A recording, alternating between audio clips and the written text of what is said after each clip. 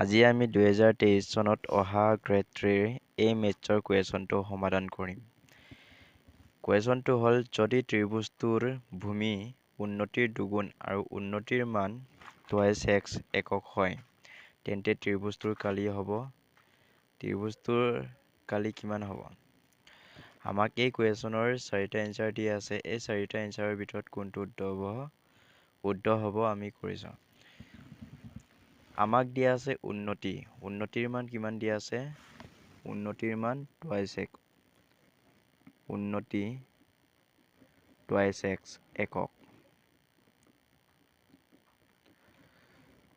উন্নতিৰ মান যদি 2x একক হয়, তেন্তে ভূমিৰ মান কিমান হ'ব? ভূমিৰ মান উন্নতিৰ দুগুণ হয়।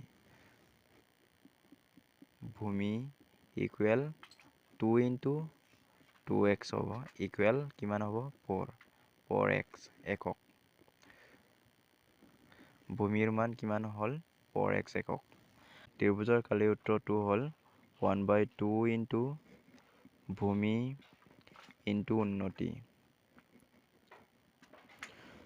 1/2 × ভূমিৰ মান 4x × উন্নতিৰ মান কিমান? 2x। আমি এনেকৈ কেনচেল কৰিব পাৰোঁ। 2 × 2 2 × 2 4। ইয়াত কিমান থাকিলে?